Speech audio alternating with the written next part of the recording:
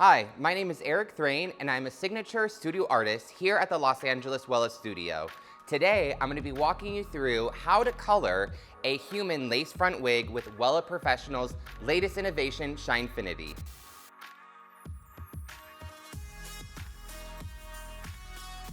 Today, I'm going to be working on a 100% human hair lace front wig. Now, wigs have their own color coding system, so when I'm sourcing my human hair wig, I always like to start off with a blank canvas, and my favorite color code for a wig is 613, which is what I have here. So let's take a look on how we would identify this level with the Wella numbering system. So I have here our exposed contributing pigment wheel. Now, looking at the hair, I can tell that this is a very light blonde or pale blonde, so I'm going to be identifying whether it's a 9 or a 10. So as I'm identifying, I'm spreading my natural level indicator fairly thin to blend in with the hair, and I have properly identified that the wig is a level 10. So now that I've identified that the wig is a level 10, I've decided to go with shades level 9, 8, and 7, knowing that the colors are probably going to deposit a little bit darker due to working on processed wig hair. So before I color the wig, I'm going to be using my Color Motion Plus pre-color spray, and this is going to help enhance shine and smoothness. So I'm going to be depositing a few sprays throughout the mid-lengths and ends, and then I'm going to be blow drying it into the hair. In addition to my wig today, I have a few extra tools with me. So as you can see, I have prepared a wig block. So this is a canvas wig block that I have wrapped with saran wrap to protect the canvas, so that way I can use this wig block for styling and other wig necessities. And I'm also using my Color Motion Plus pre-color spray. In addition to my wig today, I also have a few extra tools. So I have prepared a wig block, which is a canvas covered form, and I've covered it in saran wrap, so that way I can still use it for styling afterwards. I have also secured the wig with T-pins, so that way my wig stays in place as I'm coloring it. But be careful, because we don't want these T-pins to rip the lace. So I've decided to use Shinefinity color on my wig today because it is a demi-permanent, zero damage, deposit-only hair color, and it's gonna really maintain some natural highs and lows in the hair and give it a nice hair glaze. For my root shadow formula, I'm gonna be using a 07/13, which is a medium blonde ash gold, and I'm going to be mixing this in a 1-to-1 mixing ratio. Now I have decided to use a bowl and brush application because my application with Shinefinity is going to be more precise. I want to make sure I'm in control of how I'm applying my color and being strategic on how I am shadowing this root.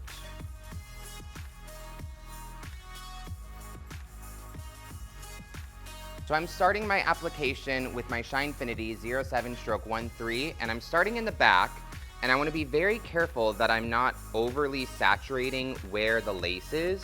Now this is a full lace wig, and I don't want to cause overly staining it. So I'm going to be working with slight diagonal subsections.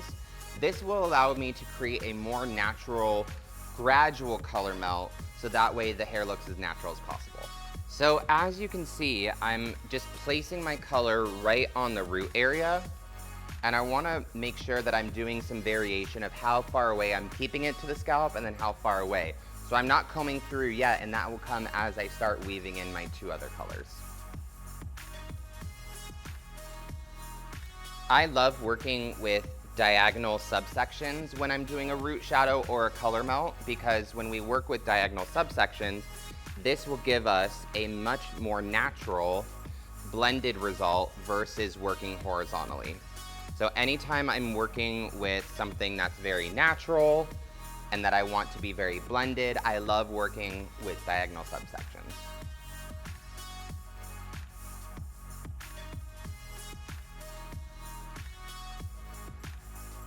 So being very mindful with my application and working very cleanly. And as you can see, I'm working with varied saturation. So I'm working from full saturation very close to the scalp of the wig, but then as I'm working through, slightly feathering it down so I have a nice blend. Working with fairly fine subsections so that way my color is even throughout my application.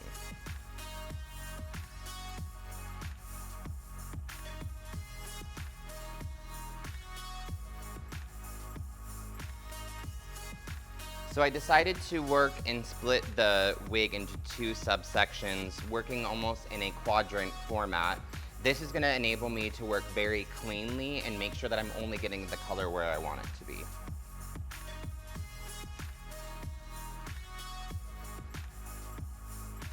So as you can see, I have reached just below the crown of the head, and this is going to be my last section on this side, and then I'm going to be working and duplicating the exact same actions on the other side. So I've completed both sides in the nape and the occipital bone area just below the crown, and I've stopped here because this is really where the head starts to round. So through the front, I want to do more of a custom placement so I can make sure that the root is a little bit smaller as I get towards the front, so we have like this nice balayage feel and keep some lightness around the face.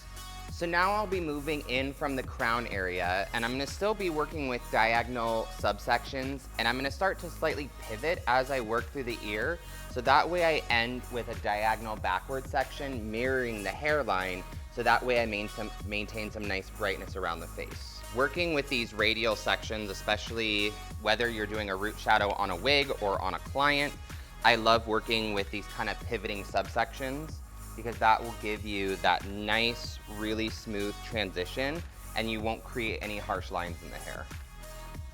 If I'm doing a root shadow, I typically will like to keep my root shadow a little bit closer to the root through the top, and then as I work to the external hairline, I'll usually drag it down a bit more so it has that nice natural progression. So you can see I'm starting to pivot, working very cleanly, doing just like a little root tap at the top, and then doing some slight feathering down towards the bottom.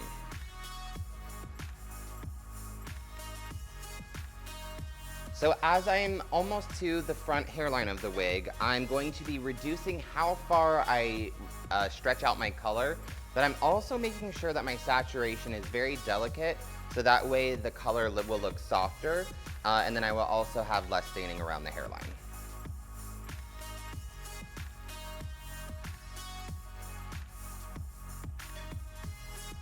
So as I am nearing the front hairline of the wig, I'm taking very, very fine subsections and only just barely tapping the root area, so that way I have the most brightness around the face.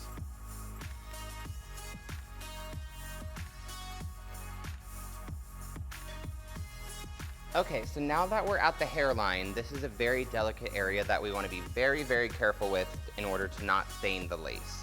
So I have applied my color, but I will also use my color comb and apply a bit of my formula to the very edge of my color brush. And I'm just going to take these little fine hairs and roll it up, and then the fine teeth of the comb will grab those little baby hairs, but also give it a very natural hairline. Now this is nice because then I'm not overly saturating and leaving a big halo of color on the lace, which we want to look natural. So I'm going to gently bring the hair down so that way it can process. And then I'm going to repeat the same exact steps on the other side.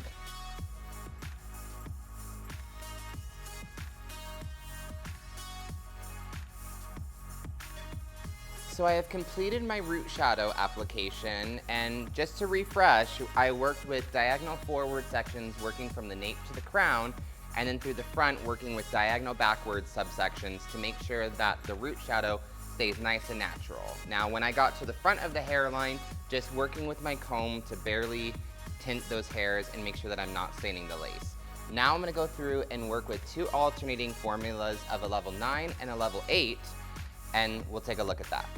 Alright, so I'm going to be starting in the nape area, and I'm going to be using Shinefinity shade 08/38, so it's a level 8 light blonde gold pearl. So the reason why I'm using gold is because sometimes hair that has been treated can sometimes accept cool tones and reject warm tones. So in order to get a very nice natural result, I've decided to add in some gold to my formula.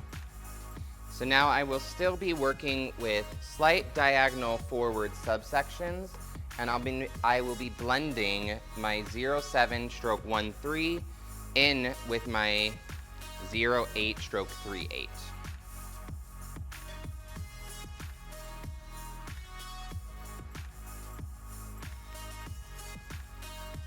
And then I'm going to use my very wide tooth comb to go through and rake that color through to make sure that everything has a nice seamless blend.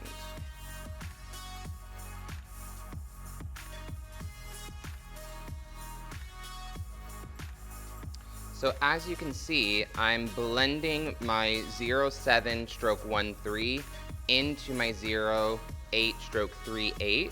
So that way I'm dragging a little bit of that 07 stroke 13 into my 08 stroke 38. So I create almost an in-between color, which will create a seamless transition.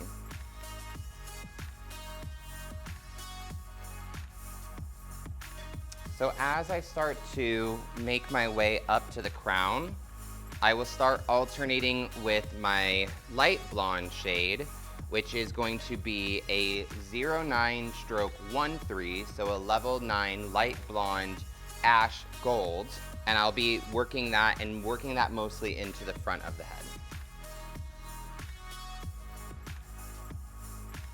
So now I will be blending in my 09 stroke 13, so level 9, very light blonde, gray based ash gold. And this will create a very beautiful beige, weedy blonde, which will help also neutralize a lot of this warmth that naturally occurs in this blonde wig. So I will still be working up to the crown and stopping and then duplicating the exact same sectioning and application on the other side.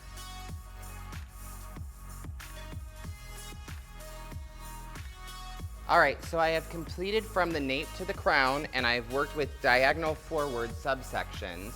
Working up through the crown, I had already applied my 07 stroke 13 at the root area, and then alternated between my 08 stroke 38, which is a light blonde gold pearl, and then also working into my 09 stroke 13, which is a very light blonde ash gold, into the crown. So now I'm going to move into the front and still working with those diagonal backward subsections and using a lot more of my 09 stroke 13.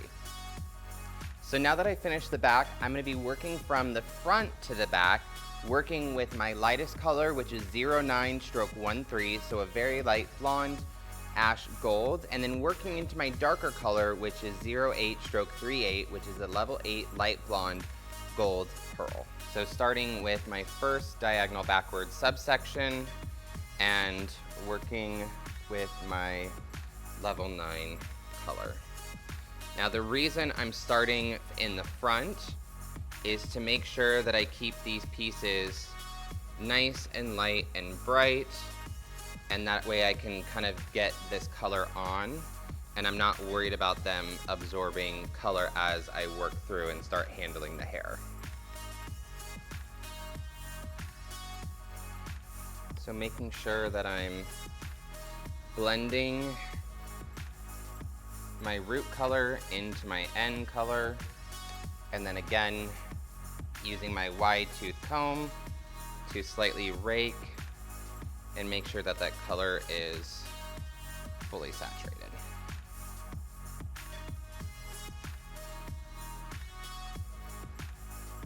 So now for my section right behind my first section, I'm going to work into my level 8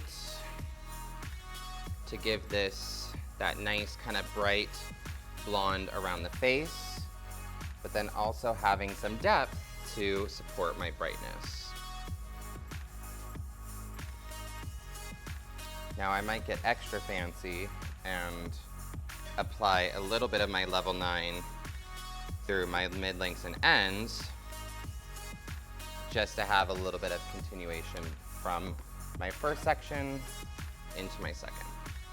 So I'm also working very strategically of where I'm placing my level 8 versus my level 9.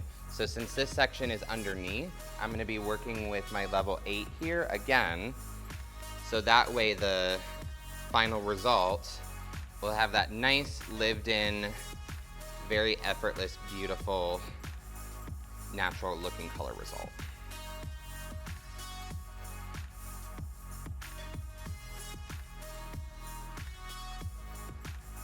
And now I'm going to be working into my level 9.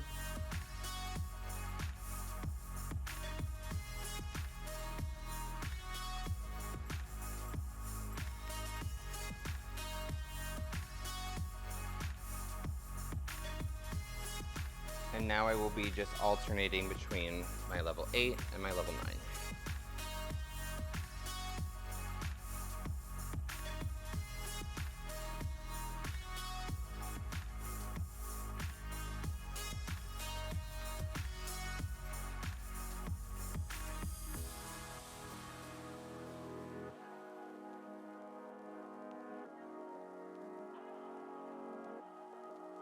All right, so I have finished my right-hand side. So I started off with my lightest color, my level 9, and I alternated between my level 9 and my level 8, staggering as I work towards the back of the head. So now I am going to complete and replicate the exact same steps on the left-hand side.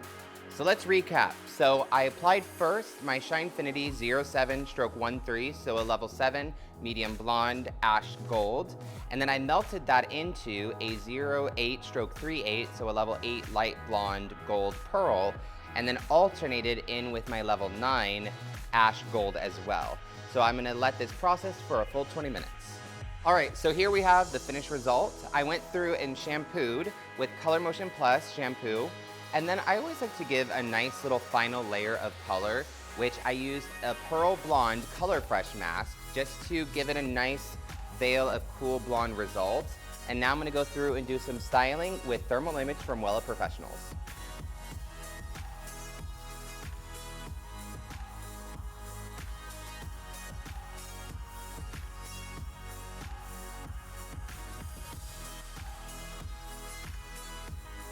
Here we have our style. So what I did first was prepped all of the hair with our Wella Professionals Thermal Image, which is gonna give us our thermal protection and make sure we keep this wig hair in the best shape possible. And then I used my GHD Classic Wave Wand and rotated it back away from the face to produce this glamorous, beautiful wave. Be sure to check me out on Instagram at erik.wella.